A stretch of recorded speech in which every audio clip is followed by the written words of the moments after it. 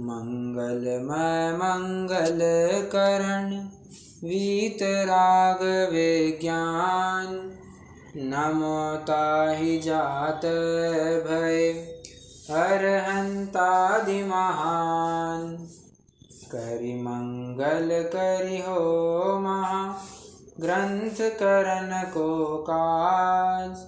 जात मिल समाज सब पावे निज पद राज। इस भवतरु का मूल एक जानहु मिथ्या भाव। ताको करि निर्मूल अब करिए मोक्ष उपाय।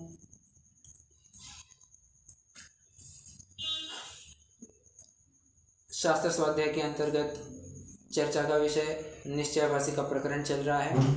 मोक्ष मार्ग संबंधी किन भूलों को पालता है, मूल में उसकी कहाँ भूल रह गई है, इन बिंदुओं के ऊपर चर्चा चल रही है।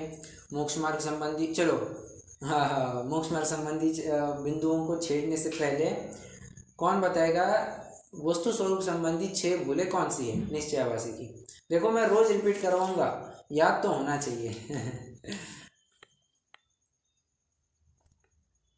वस्तु स्वरूप संबंधी 6 भूलें कौन सी है?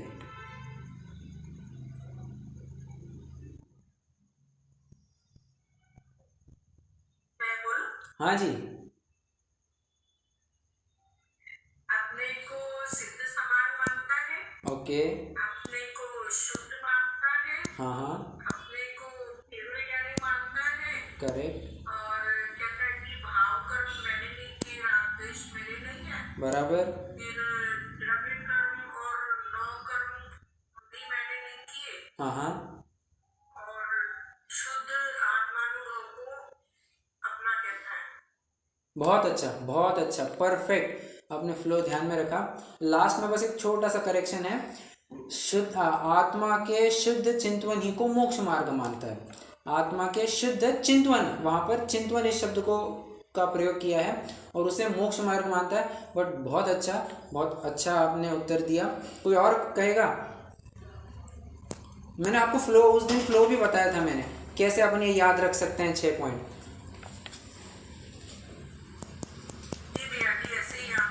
हाँ। मैं सुनाऊं? जी बिल्कुल।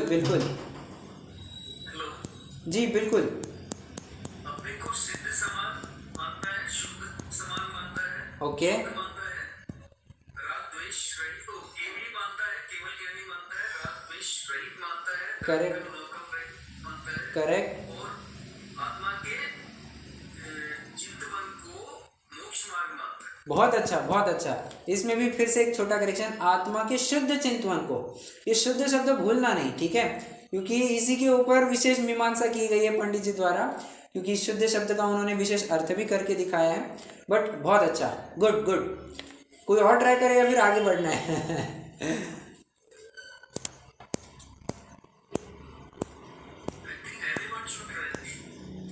That will be the best part. जी बिल्कुल, जी जरूर। आपने इतना सिंपल कर दिया ना। हाँ। अपने को मानता है। बराबर। मानता है। करेक्ट। केवल मानता है। करेक्ट। कर्म राग द्वेष से रहित मानता है। बिल्कुल सही। और द्रव्य कर्म भाव कर्म रहित मानता है। बस 5 हो गए। 5 हो गए, बिल्कुल सही। एक बचा है। पर्याप्ति पूरी हो जाएगी।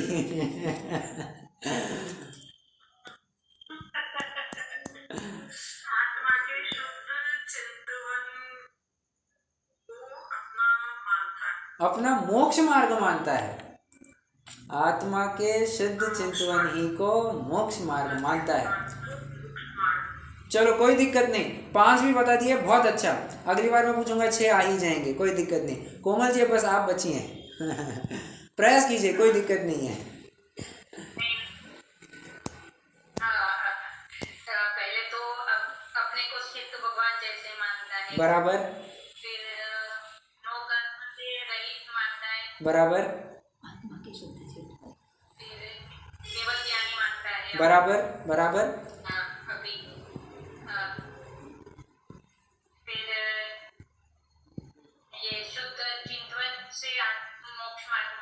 करेक्ट करेक्ट करेक्ट, 2 बिंदु रह गए हैं, 4 बिंदु तक आप आ गए हैं।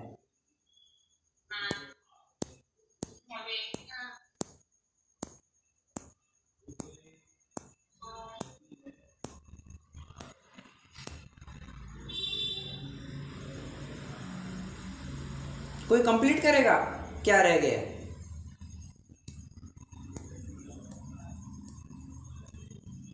चलो मैं बताता हूं। एक तो स्वयं को शुद्ध मानता है, ये रह गया, और भाव कर्म आदि से रहित स्वयं को मानता है, अपने में उत्पन्न होते राग आदि का स्वयं को अकर्ता मानता है।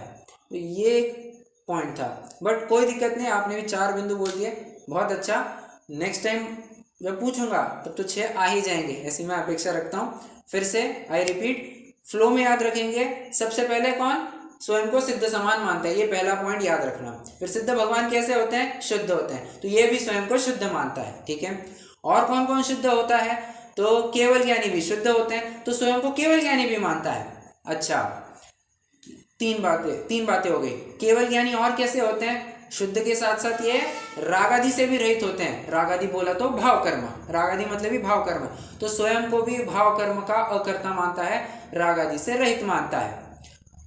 अब जैसे ही भाव कर्म बोला तो भाव कर्म को लेकर के किसका बंध होता है? तो द्रव्य कर्म का बंध होता है, तो स्वयं को द्रव्य कर्म से भी रहित मानता है। 5 बिंदु फ्लो में याद हो गए। अब 6वां बिंदु आपको ऐसे ही याद रखना पड़ेगा, आत्मा के शुद्ध चिंतन ही को मोक्ष मार्ग मानता है, ठीक है। और उसमें फिर अपन ने शुद्ध की लंबी सारी चर्चा की थी, ये उसके 6 बिंदु थे। अब अपन मोक्ष मार्ग के संबंध में जो उसकी 5 भूलें चल रही है उसका स्वाध्याय कर रहे हैं। सबसे पहली भूल, सबसे बड़ी भूल, शास्त्र स्वाध्याय को निरर्थक बतलाता है, उसमें भी 3 पॉइंट्स की चर्चा की थी। फिर द्रव्याधिक्य तथा गुणस्थान मार्गना स्थान आदि के विचारों को विकल्प ठहराता है, ये दूसरी भूल। वहां पर 5 बिंदु रखे थे। तीसरा पॉइंट ये आया था कि तपश्चरण आदि को वृथा क्लेश ठहराता है, जिसकी 3 बिंदुओं के माध्यम से चर्चा की थी। और आज अपना चौथा बिंदु चलने वाला है, कौन सा? व्रताधिक को करने से बंधन में पड़ना मानता है, ठीक है। व्रताधिक को बंधन मानता है, ये चौथा पॉइंट आज चलने वाला है। ये लगभग आप समझ सकते हैं, चौथा पॉइंट भी ना 4 सब पॉइंट्स में 4 उप बिंदुओं के माध्यम से समझाया जाएगा पंडित जी द्वारा। आइए अपन इसका भी थोड़ा सा स्वाध्याय करते हैं। सबसे पहली बात, ये व्रताधिक को बंधन में पड़ना मानता है। पंडित साहब कहते हैं, देखो तपश्चरण और व्रत ये बहुत मिलते जुलते हैं, बहुत मिलते जुलते हैं, बराबर। तपश्चरण बोला तो वहां शुरुआत कैसे की थी?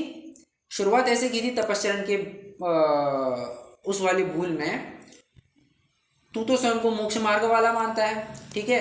मोक्ष मार्गस्थ होने पर तो संसारियों से भिन्न या विपरीत प्रवृत्ति पाई जाती है। तेरी तो सारी प्रवृत्ति संसारियोवत पाई जाती है, तेरे में और संसारी में अंतर क्या?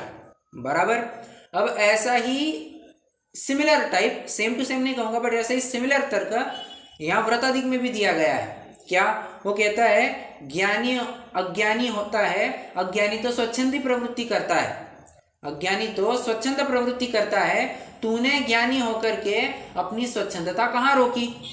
वो स्वयं को ज्ञानी मान रहा है ना, तो पंडित साहब भी उसको ऐसे ही कहते। देखो थोड़ा सा टॉन्ट मारने जैसा कहते हैं ना, तू तो स्वयं को इतना होशियार समझता है, तू ये क्यों नहीं करता? तू तो स्वयं को इतना समझदार समझता है, तू ये क्यों नहीं करता? ऐसा कहते ही नहीं कहते? बस ऐसी बात पंडित साहब भी कह रहे हैं, तू स्वयं को ज्ञानी समझ रहा है तो तेरी परिणति तो अज्ञानीवत पाई जा रही है, बराबर।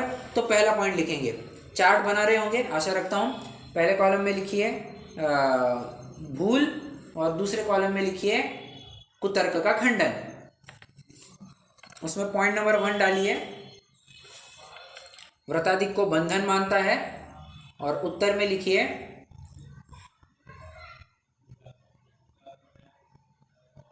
अज्ञानीवत तेरी भी स्वच्छंद प्रवृत्ति है। अज्ञानीवत तेरी भी स्वच्छंद प्रवृत्ति है,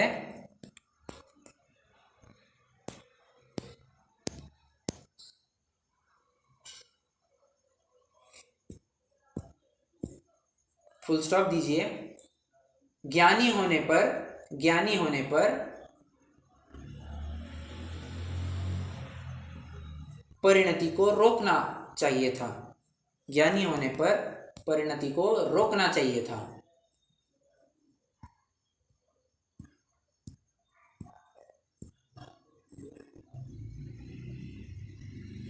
ओके, चलो अब वो फिर से एक प्रश्न लेकर के आ गया।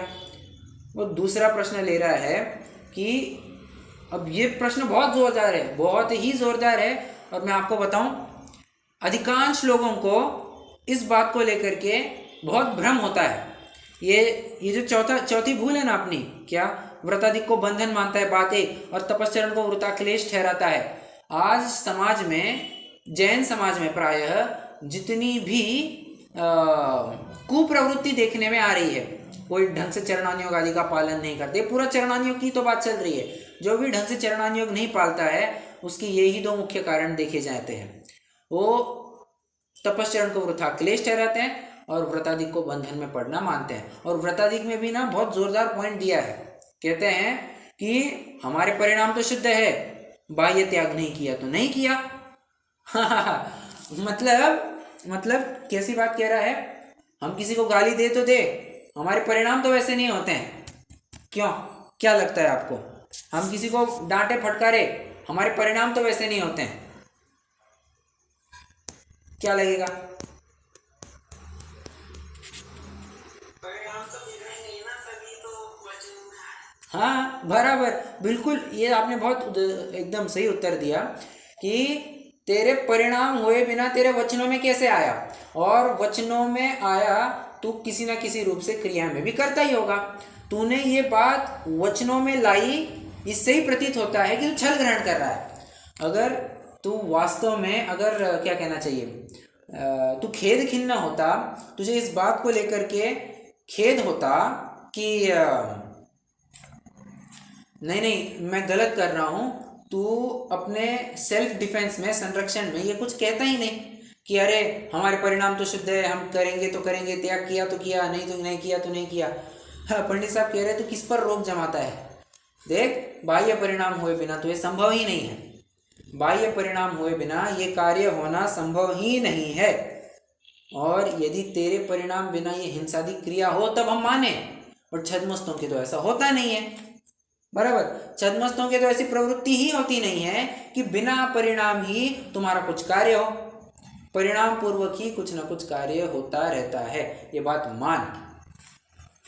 और यदि इतना ही कह रहा है क्या कि हमारे परिणाम नहीं है, तो तू विषय सेवन आदि में भी, व्यापार धंधा खान पान इत्यादि में तू बुद्धिपूर्वक कैसे प्रवृत्ति करता है?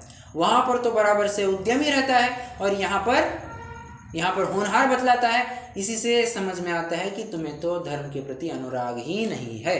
बराबर, वहां पर हिंसादी कितना करता है, उसको तो हिंसादी गिनता ही नहीं है। और यहाँ पर तुझे पानी छानते छानते तुझे कहा कि देखो, पानी छानने में भी, पानी छान करके उबालना पड़ता है। अरे देखो कितने जीवों की हिंसा होती है, कितने जीवों की हिंसा होती है।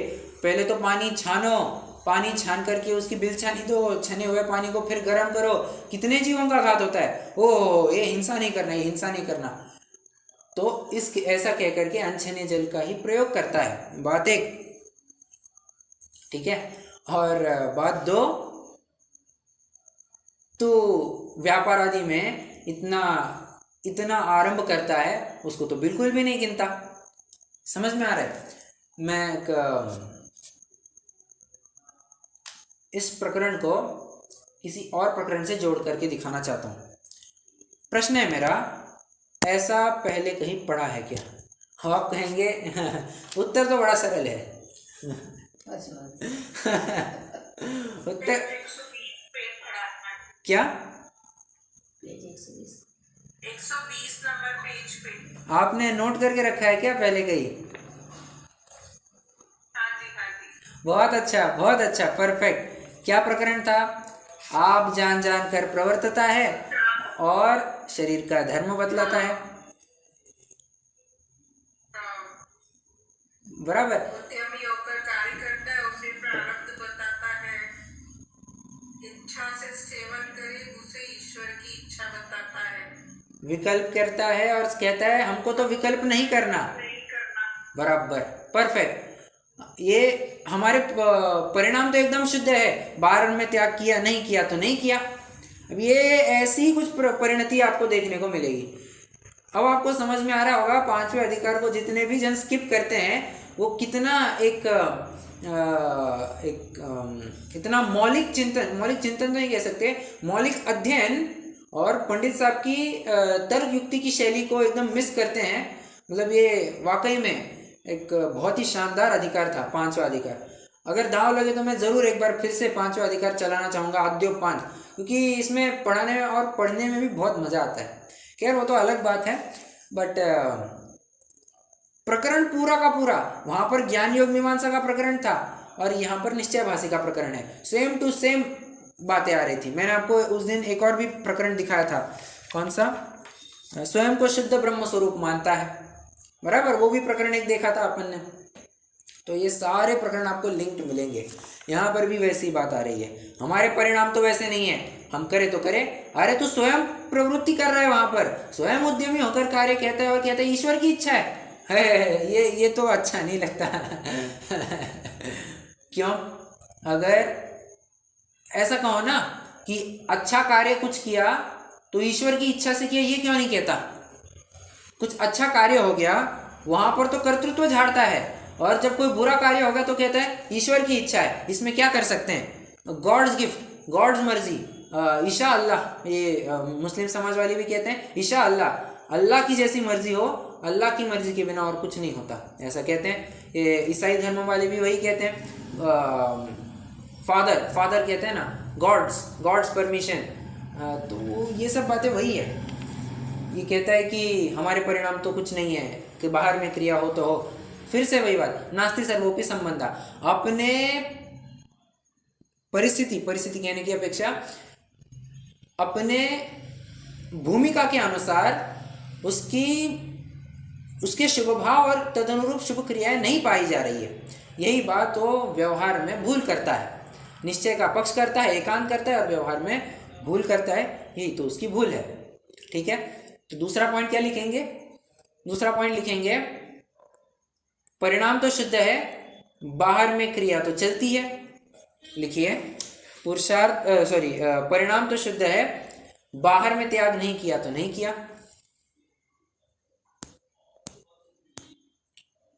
बाहर में त्याग नहीं किया तो नहीं किया।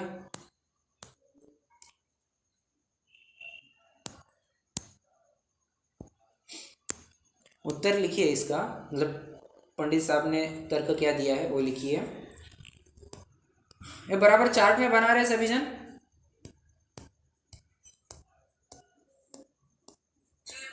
Okay okay okay good. अब इसमें लिखना है आपको पॉइंट नंबर 1, विषय कषाय तथा आरंभ आदि कार्यों में स्वयं प्रवृत्ति करता है। विषय कषाय तथा आरंभ आदि कार्यों में स्वयं प्रवृत्ति करता है।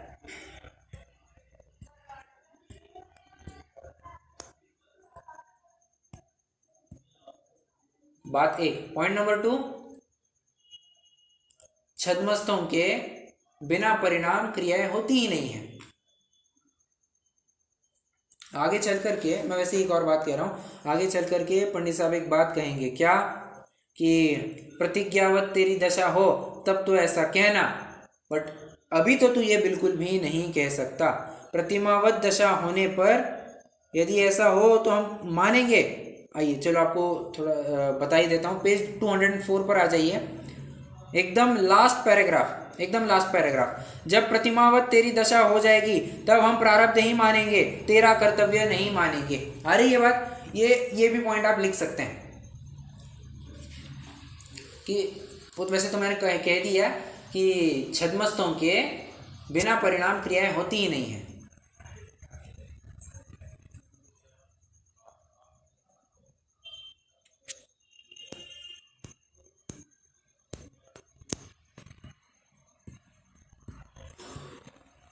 हो गया।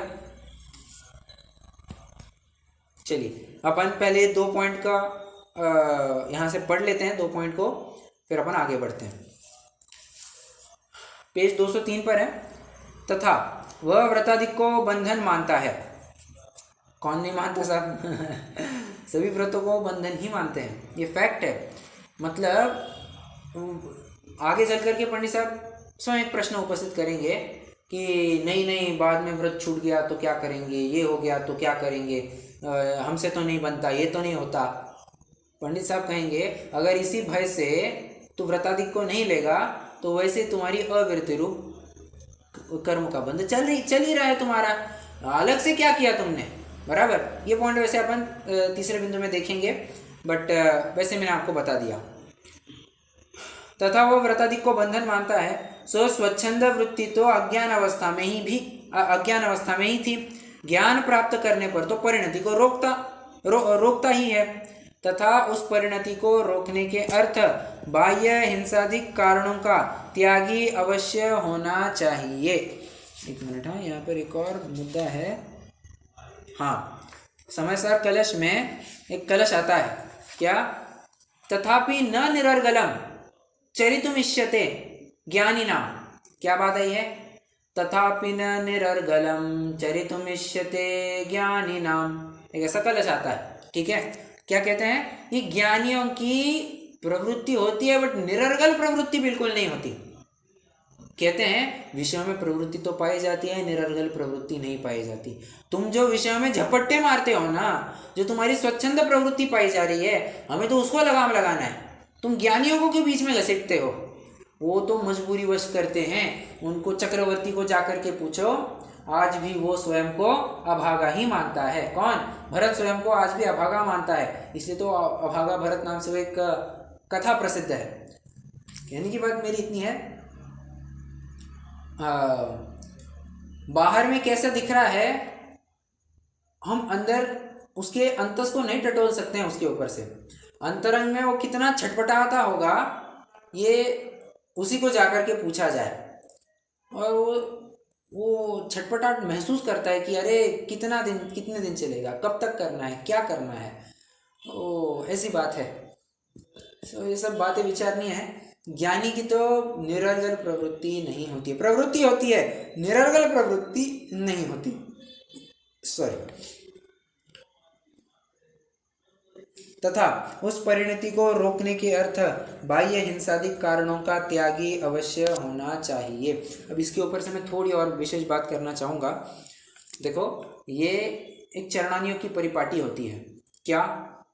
चरणानियों की यह परिपाटी होती है कि यदि तुम्हारे परिणाम शुद्ध ना हो, यदि तुम शुद्धता को प्राप्त न कर सको, तो क्रियाओं का अवलंबन कराया जाता है। ये फैक्ट है, क्रियाओं का अवलंबन कराया जाता है। कैसे? मैं आपको थोड़ा सा उदाहरण देता हूँ। हाँ, किसी को शास्त्र स्वाध्याय आदि में, या फिर कह सकते हैं सामायिक आदि निर्वध्य कार्यों में मन नहीं लग रहा था। उसको कहा एक काम करो, कोई दिक्कत नहीं, तुमको नहीं करना मत करो, तुम बस एक वो बाल्टी दिख रही है, बाल्टी, बस कुएं में जाओ, पानी भरो और उसको छान करके बिलछानी करके मुझे दे देना। मुझे अभी थोड़ी व्यस्तता है, मुझे करके दे देना। अब पानी छानते छानते किसी ने अगर पहली बार अगर पानी की मर्यादा आदि की होगी, बिलछानी आदि डाली होगी, तो बहुत टफ जाता है। पहली बार करने वाले को बहुत टफ जाता है। तो वो विचार करेगा कि अरे कितना करना है, ये पानी यहाँ से निकालो, वो करो, ये करो, उससे तो बेहतर है अपन स्वाध्याय करें। फिर उसको स्वाध्याय की थोड़ी रुचि लगेगी, वो पुनः स्वाध्याय में आ सकेगा। क्रियाओं का अवलंबन इसलिए नहीं कराया जाता कि उसी में बने रहे। क्रियाओं का अवलंबन तो इसलिए कराया जाता है कि उसको शास्त्र स्वाध्याय आदि की भी महिमा आए, या फिर ऐसा भी हो सकता है।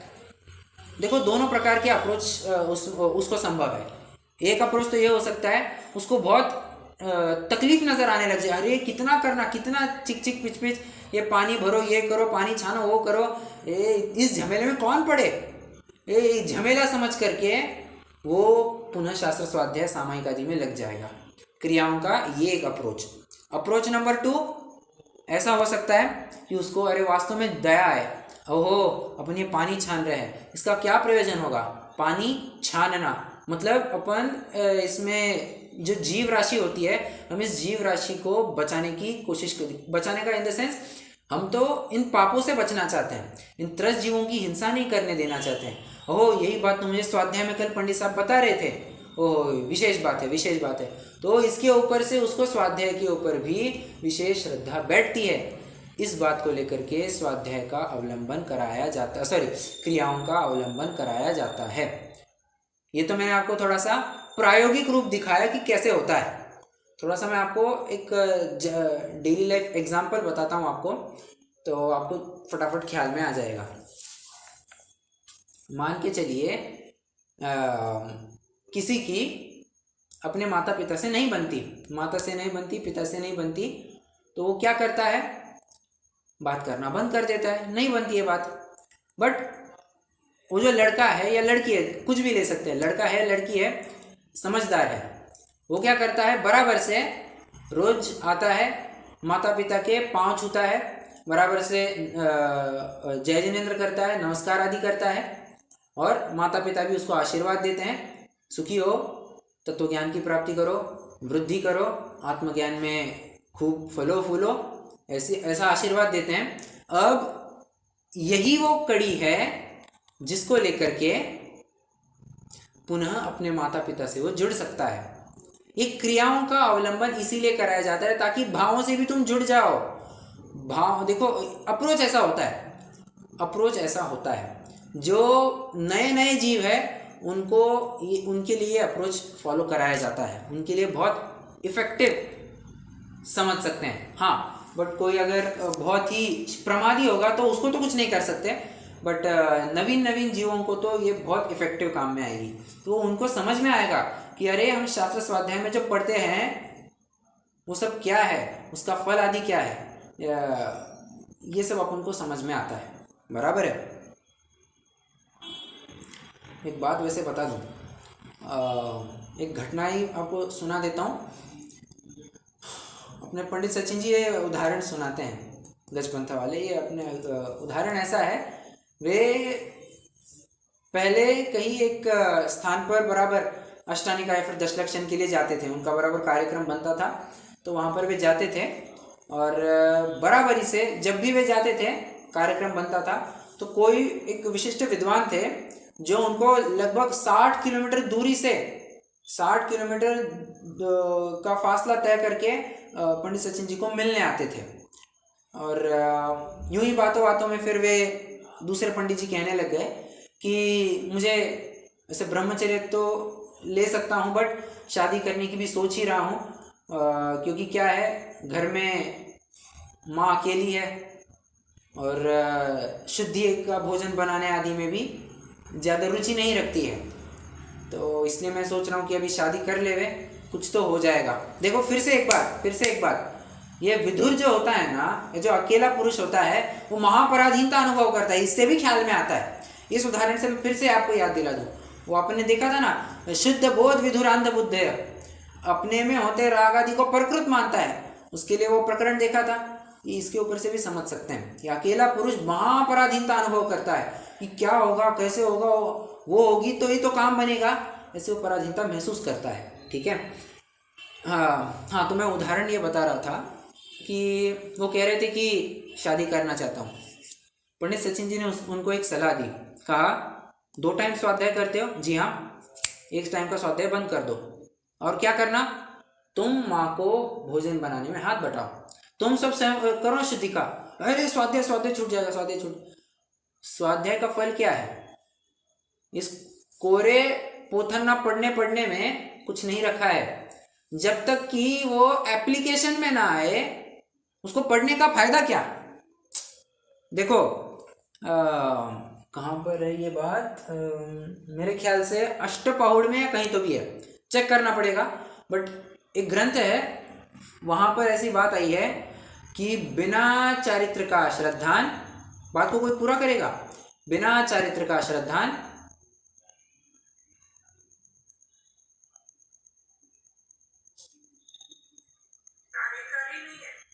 ठीक है, कार्यकारी नहीं है। उदाहरण क्या दिया?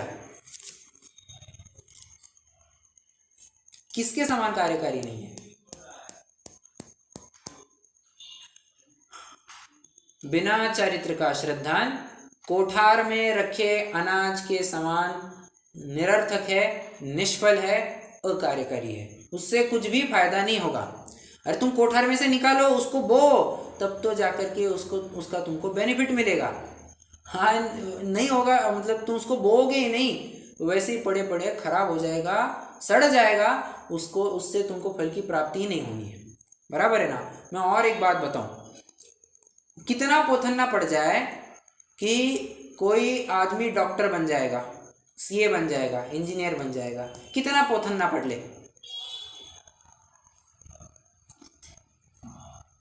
देखना ये पोथन्ने इतने बड़े बड़े होते हैं, आदमी पागल हो जाए। हाँ, मैं वैसे एक फन फैक्ट आपको साथ शेयर करता हूँ। जब भी कोई सीए बनता है तो प्रायः बच्चे या फिर सीए बनने वाली व्यक्ति एक ऐसी फोटो निकालता है,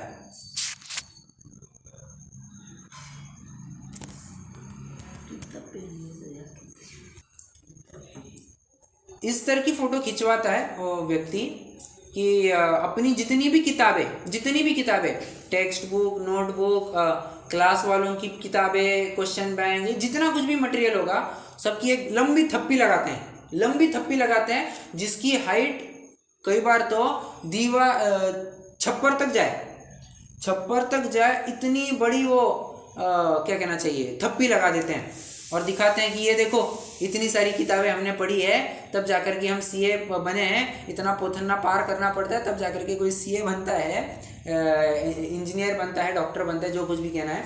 मैंने तो सीए का देखा है तो मैंने इसके लिए वो कह दिया। तो कितना पोथन्ना पड़ जाए कि वास्तव में सीए बन जाएगा। मैं आपको एक घटना सुनाता हूँ, ये सच्ची घटना है। एक होनी चाहिए, एक 8-10 साल हो गए रहेंगे उस घटना को, बट 8-10 साल पहले एक सीए फाइनल में, सीए की जो आखिरी परीक्षा रहती है उसमें ऑल इंडिया रैंक 1 एक व्यक्ति लेकर के आया, एक बच्चा ऑल इंडिया रैंक 1 लेकर के आया। मजाक नहीं कर रहा हूँ, पसीना छूट जाता है पास होते होते ये बंदा ऑल इंडिया रैंक 1 लेकर के आया। जैसे ही उसका, देखो सीए में 3 लेवल्स होते हैं, लेवल 1, लेवल 2 और लेवल 3 होता है फाइनल वाला। जैसे उसका लेवल 2 क्लियर हो गया ना, उसने ठान ली कि अपन को तो ऑल इंडिया रैंक 1 लाना है। और ऑल इंडिया रैंक 1 लाने के लिए हमारा बीच में ये होता है, इंटर्नशिप पीरियड होता है। लेवल 2 के बाद हमारा मैंडेटरी इंटर्नशिप पीरियड होता है। उसने क्या किया, वो इंटर्नशिप पीरियड स्किप कर दिया और बराबर से 3 साल वो किताबें पढ़ने में लगा है, किताबें पढ़ने में, लिखने में, रटने में, बस वही करता रहा। एक ही जुनून, ऑल इंडिया रैंक 1 लाना है, ऑल इंडिया रैंक 1 लाना है। और इत्तेफाक की बात, ऑल इंडिया रैंक 1 ले आया वो, ग्रेट। उसी टाइम पर जैसे ही रिजल्ट आया, सुनते हैं रिलायंस या फिर अपना हिंदुस्तान यूनिलीवर, कोई तो भी एक कंपनी ने उसी दिन उसको ऑफर लेटर भेज दिया। देखो हमारे ये ऑफर लेटर है, तुम इसको एक्सेप्ट कर लो। और मतलब धमकाया वगैरह नहीं, उसको ऑफर लेटर दिया और बहुत अच्छा खासा पैकेज, लाखों में पैकेज दे दिया उसको। तो 1 महीना हो गया, 1.5 महीना हो गया, जानते हैं लिटरली लात मार करके निकालने जैसी स्थिति हो गई थी उसकी। उसको कुछ काम दिया था, वो तो किताबी कीड़ा था, उसको किताबों से बाहर कुछ पता ही नहीं था, प्रैक्टिकली लाइफ कैसे चलती है। अरे इन किताबों की लिखी बातें तुम जीवन में कैसे लगाओगे। कंपनी ने तुमको कुछ एक प्रोजेक्ट दिया है तो प्रोजेक्ट कैसे एग्जीक्यूट करोगे। ये टैक्स की तुम्हारे पास क्वेरी आई है, इस क्वेरी का तुम आंसर कैसे दोगे। तुमने पोथन्ना तो पढ़ लिया, उसका एप्लीकेशन ही पता नहीं है। उसकी ये हालत हो गई, लाखों का पैकेज 1.5 महीने में उसको छोड़ना पड़ा। कंपनी ने उसको धक्के मार करके बाहर निकाला। कंपनी ने ऑल इंडिया रैंक 1, विचार करना बहुत बड़ी बात होती है, ये धक्के मार करके निकालना मतलब नाक कट गई ऐसी हो जाती है। और इतना लाखों का पैकेज छूट करके किसी एक छोटे से फर्म में 8 लाख रुपए पर काम करना चालू कर दिया। क्यों? कुछ आता ही नहीं था उसको। कहने की बात मेरी इतनी है, अगर और कितना भी किताबें पढ़ जाओ कुछ फ़ायदा नहीं होता। अल्टीमेटली जब तुम उसको एप्लीकेशन में नहीं उतारोगे तब तक कुछ होने वाला नहीं है। अब इसी के विपरीत में एक और उदाहरण देता हूँ आपको। आपको लग रहा होगा आज क्या सीए पुराण चल रहा है। अरे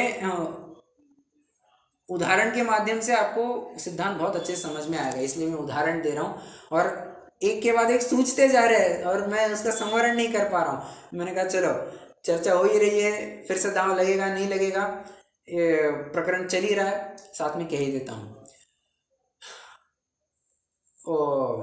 फिर से एक और सीए स्टूडेंट की बात है। तो उसका लेवल 2 क्लियर हो गया। लेवल 2 के बाद उसने इंटर्नशिप की और लेवल 3 मतलब फाइनल की एग्ज़ाम होती है। थोड़े टाइम पहले ना 800 मार्क्स के पेपर रहा करते थे, मतलब 100 मार्क के 8 पेपर रहा करते थे। अभी तो 100 मार्क के 6 पेपर कर दिए, 2 पेपर हटा दिए उन्होंने, 600 ही मार्क के किए। पहले 800 पेपर रहते थे, 800 मार्क के पेपर रहते थे और उसमें तुमको मिनिमम क्राइटेरिया रहता है कि तुमको 400 मार्क लाने हैं। मिनिमम तुमको 400 मार्क लाने ही लाने हैं। एक बच्चे को कट टू कट 400 मिले, ना 1 मार्क ज्यादा ना 1 मार्क कम। 1 मार्क यहां वहां हो गया रहता, आउट, सीधा बाहर निकल गया रहता वो, उसको फिर से अटेम्प्ट देना पड़ता। और सीए में कितना अटेम्प्ट लगता है ये तो आपने आजू बाजू में कहीं देखा ही होगा, इतना अटेम्प्ट लगता है। काठे पे पास हुआ 400 मार्क पे। उसका ये अपना अमेजोन कंपनी है ना, अमेजोन जिस पे अपन ऑर्डर वगैरह करते हैं, तो वहाँ पर उसका इंटरव्यू हुआ। 2 round 3 round 4 round technical round एक के बाद एक होते गए, धड़ाधड़ सारे क्लियर किए उसने। देखो 400 मार्क वाला बंदा धड़ाधड़ सारे क्लियर किए और उसका कुछ शुरुआती पैकेज कुछ करोड़ के आसपास था। करोड़ के आसपास उसका शुरुआत का पैकेज था। ये कैसे हुआ? उसने जहां से ट्रेनिंग की थी ना, जो इंटर्नशिप की थी ना, इतनी तगड़ी ट्रेनिंग की थी उसने, उसको सारे दांव पेच पता थे।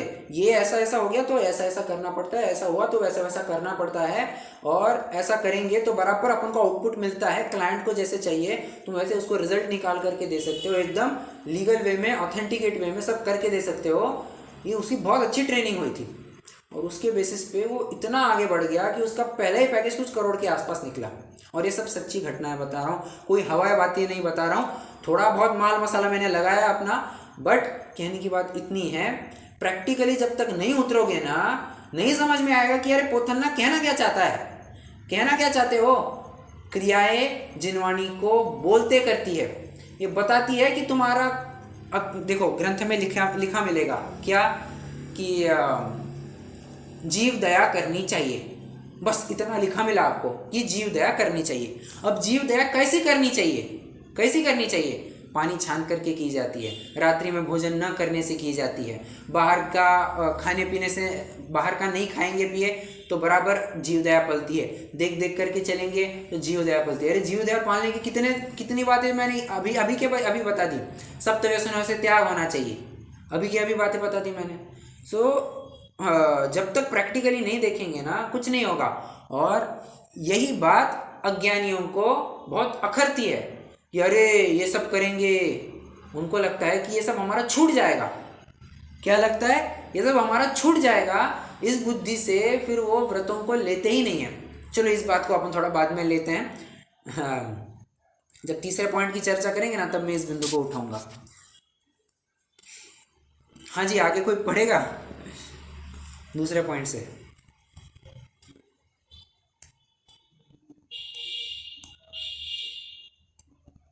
हाँ जी, कुमकुम जी, आप पढ़ना चाह रही थी? हाँ जी, यहाँ से हमें फिर वह कहता है करेक्ट, हमारे परिणाम तो शुभ हैं, बराबर। हमने त्याग नहीं किया तो नहीं किया। यदि यह हिंसा आदि कार्य तेरे परिणाम बिना स्वयं होते हो तो हम ऐसा माने, और यदि तू अपने परिणाम से कार्य करता है तो वहाँ तेरे परिणाम शुभ कैसे रहे? विषय सेवन आदि क्रिया अथवा परमात्म गमन आदि क्रिया परिणाम बिना कैसे? वह क्रिया तो स्वयं उद्यमी होकर तू करता है, और वहाँ हिंसा आदि होते हैं, उन्हें गिनता नहीं है, परिणाम शुभ मानता है। सो ऐसी मान्यता से तेरे परिणाम अशुभ ही रहेंगे। ये जोरदार तमाचा जड़ दिया। या ऐसा करेगा ना, तेरे परिणाम हमेशा अशुद्ध ही रहेंगे, तेरी नैया का कभी भी पार नहीं लगने वाली है। अब देखो, जो कहते हैं ना, अब मैं पॉइंट नंबर 3 और 4 इनको थोड़ा साथ साथ में लूँगा और फिर अपन लिखना है, सो मैं लिखा भी दूंगा आपको। तो हाँ, जो मैं अभी अभी कह रहा था ना, लोग प्रतिज्ञा लेने से इसलिए डरते हैं ताकि हमारा सब छूट जाएगा, और ये छूट जाएगा छूट जाएगा, तो छूट ना जाए। जैसे मैं आपको कहूँ, किसी को कहा कि ए देखो, बहुत प्यार से समझाया, रात्रि में अपन को नहीं खाना चाहिए, हमें आलू प्याज कंदमूल का सेवन नहीं करना चाहिए, हमें पत्ता सब्जी आदि का सेवन नहीं करना चाहिए। अब ये बताया, बहुत प्यार से समझाया, अरे यार अब ये सब छोड़ देंगे तो कैसे होगा, मेरे को तो बहुत पार्टी वगैरह में आना जाना पड़ता है, लोगों के साथ उठना बैठना पड़ता है, तो उनके साथ कभी लंच पे कभी डिनर पे, डिनर बोला तो रात्रि में खाना है, और बाहर खाना बोला तो बाहर का खाना पड़ता है, तो यार इसके बिना तो कुछ चलेगा ही नहीं, क्या करे, सब छूट जाएगा।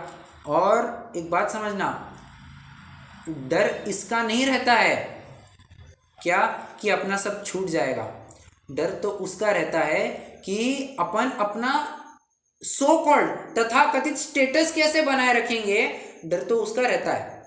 लोग आकर के पूछेंगे कि अरे देखो, प्राय यही सवाल आते हैं, आलू प्याज नहीं खाता मैं, जैसे किसी ने कहा चल मैं आलू प्याज नहीं खाता, अरे अभी 2 हफ्ते पहले तो बराबर तुम हमारे साथ पिज्ज़ा खाते देखे जा रहे थे, वहाँ पर तो बराबर एक्स्ट्रा ऑनियन डाल करके तुम ले रहे थे, तब तो बराबर खा रहे थे, अब क्या हो गया तुमको अचानक, तुम तो खाते हो ना, क्या होता है, अब नहीं खाता, क्यों, पहले चलता था ना, हाँ अब नहीं खाता। अब इतना उत्तर देने मात्र के लिए लोग बहुत डर जाते हैं, और फैक्ट है, हम दिमाग में बहुत सोच जाते हैं, अरे ये सामने ऐसे आएगा तो मैं ऐसे बोल दूंगा, वो आया ना तो मैं ऐसे बोल दूंगा, वो आया ना तो ऐसे बोल दूंगा। मैं बोलने में, सोचने में बहुत आसान लगता है, जब ऑन फील्ड कोई सवाल पूछता है एकदम चुप हो जाता है वो आदमी, कुछ उत्तर ही नहीं दे पाता है। क्यों? अभ्यास ही नहीं होता इन चीज़ों का। जब तक इन चीज़ों का अभ्यास नहीं होगा वो उत्तर भी कैसे दे पाएगा, उत्तर नहीं ही दे पाएगा। बस ये सब बातें हैं, तो इन सब चीज़ों से वो डरता है। देखो आपको लगेगा यार ये आपको कैसे पता, क्योंकि इन सभी दौर से मैं स्वयं गुजरा हूँ। मुझे लगता था अरे अगर मैं ये छोड़ दूंगा तो कैसे होगा, मेरी सब दोस्त मंडली तो खाती रहेगी, अपन तो बस उनकी शक्ल ताकते रहेंगे, वो ओम ओम ओम ओम ओम करके खा रहे हैं और अपन बस उनकी शक्ल ताकते रहे। हाँ, बात एक, कैसे चलेगा, अपन एकदम ऑड मैन आउट दिखेंगे, कैसा होगा। तो इन सब बातों को डरते हुए लोग, और प्रायः युवा लोग व्रतों के क्या कहना चाहिए, उनको झंझट लगता है, व्रतों में पढ़ते ही नहीं है कि अरे ये व्रत लेना, कहते हैं ये सब छोड़ो, हमारे बस की बात नहीं है, ये सब बंधन में डालने की बातें हैं, हमसे मत करवाया करो ये सब बातें। देखो अनुशासन में रहने को बंधन मान बैठा है। मैं आपको एक बात बताऊं, व्रत हमारे जीवन में बहुत नेक्स्ट लेवल अनुशासन लाते हैं, बहुत ही ज़्यादा अनुशासन लाते हैं। जैसे छोटी सी बात, जैसे कहा कि जैसे किसी ने व्रत लिया कि सामयिक व्रत करूँगा, ठीक है, मैं सामयिक करूँगा। अब सामयिक कब कब की जाती है मुझे बताना, श्रावक के स्तर पर सामयिक कितने टाइम की जाती है मिनिमम? नहीं, टाइम नहीं, कितने बार, फ्रीक्वेंसी क्या है? एक बार तो करता है, वैसे 2 या 3 बार। अरे 1 या 2 या 3 या 4 कुछ तो एक होना ही है। हो जाते हैं वो तो 3 बार ही, जैसे प्रतिमाधारी, वैसे तो 1 बार ही करते हैं। मुनिराज के लिए 4 बार का प्रावधान है। मुनिराज को चारों संधि कालों में सामयिक करनी होती है।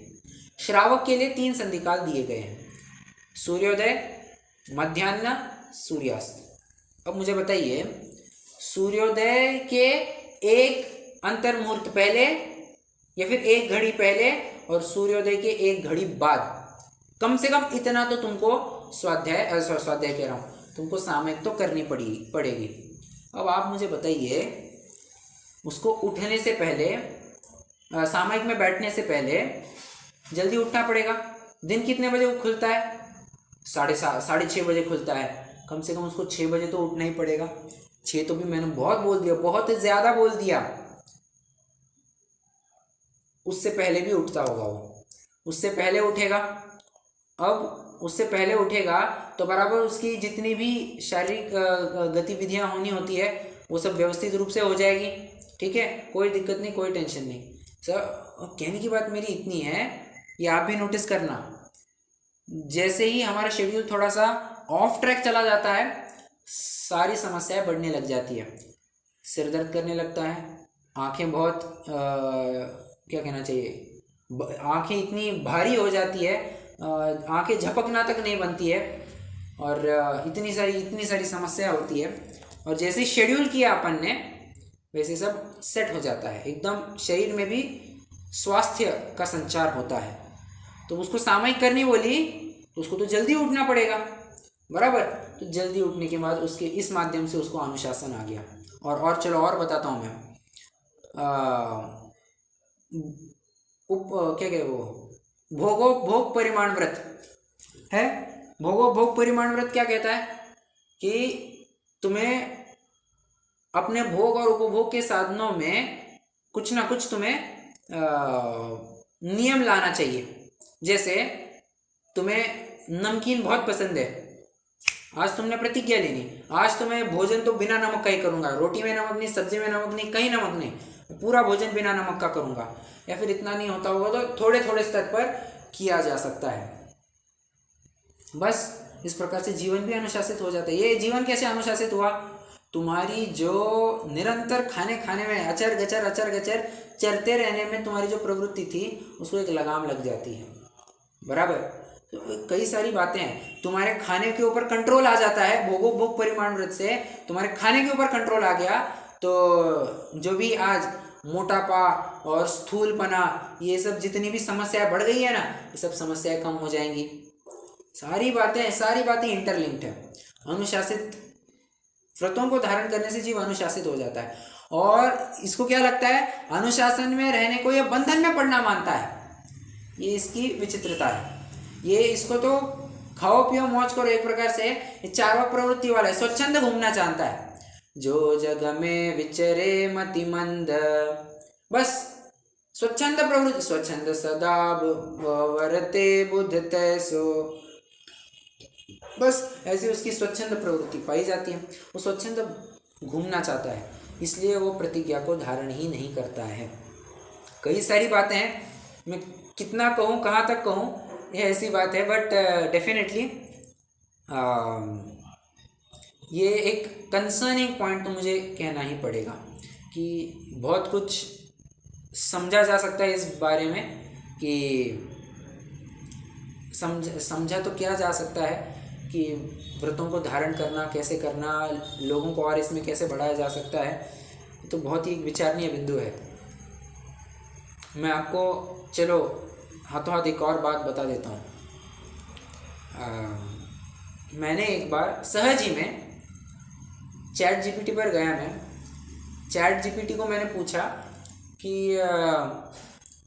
सहजता में पूछ लिया मैंने कि मुझे जैन धर्म की कुछ कमियां बतलाओ। मैं उसका पर्सपेक्टिव क्या है वो समझने की कोशिश कर रहा था। बाबा AI या आर्टिफिशियल इंटेलिजेंस या कृत्रिम बुद्धिमत्ता जिसे हम कहते हैं, या फिर ChatGPT आज के ज़माने सीधी सरल भाषा में, ChatGPT क्या कहता है, मैं वो थोड़ा समझने की कोशिश कर रहा था। तो वहाँ पर उसने चार पांच बिंदु बताया कि उसमें दिगंबर श्वेतांबर ऐसे दो भेद है, एक कपड़ा मानते हैं, एक बिना कपड़े वाले मानते हैं, इन्हीं के आपस में कन्फ्यूजन है, कुछ समझ में नहीं आता। ये सब बातें उसने सारी बिंदु बता दिए। लास्ट में उसने एक बहुत सुंदर कंक्लूजन दिया था। हालांकि उसका आगे पीछे का संदर्भ थोड़ा सा मुझे गलत लगा, कई सारी बातें उसने बहुत गलत भी बताई थी, क्योंकि साफ साफ ख्याल में आ रहा था कि यार ये इसको तो स्वरूप ही पता नहीं है, इसलिए ये सब बातें कह रहा है। बट उसमें एक सुंदर लाइन आई थी, क्या, आज जैन धर्म में जितनी भी कमी आई है वो वास्तव में जैन धर्म की कमी नहीं, उसको पालने वाले अनुयायियों की कमी की वजह से जैन धर्म आज इतना छोटा है। देखो ये इतना आर्टिफिशियल इंटेलिजेंस, ये रोबोट अपने को सिखा रहा है कि जैन धर्म के अनुयायियों में इतनी दिक्कत होने से ये सब समस्या आज उत्पन्न हुई है। तुम्हारा समाज नहीं टिक रहा है, समाज दिन ब दिन घटौती पर है। आए दिन तुम्हारे घर के लड़के लड़कियां इंटरकास्ट मैरिज कर रहे हैं। तुम्हारा धर्म, तुम्हारा गोत्र, तुम्हारा कुल टिक ही कहाँ रहा है, बराबर। बस ये ऐसी बातें हैं। हाँ, तो जितना हम व्यवस्थित रूप से आचरण करेंगे, व्रत रूप हमारा जीवन होगा, उतना ही बेहतर रहेगा। ठीक है, चलिए मैं अभी ज़्यादा प्रकरण को नहीं लंबाऊंगा, मैं अभी यहीं पर समेट देता हूँ। आधी चर्चा अपनी हो गई है, आधी चर्चा अपन कल करेंगे। कोई प्रश्न हो इस संदर्भ में ज़रूर पूछ सकते हैं, नहीं तो अपन अभी जिनवाणी स्तुति करेंगे।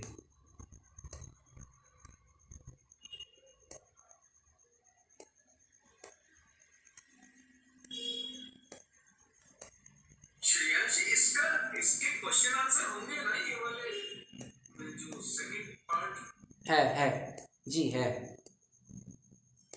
क्योंकि ये जो इनिशियल जो चल रहा है ना, इसका थोड़ा सा एक शेप में मैं देखना चाह रहा था कि उसमें अवेलेबल होगा अपने क्वेश्चन में जो है।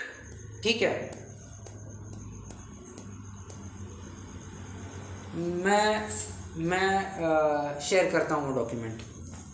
Okay, thank you. Okay, sooner or later I'll share that.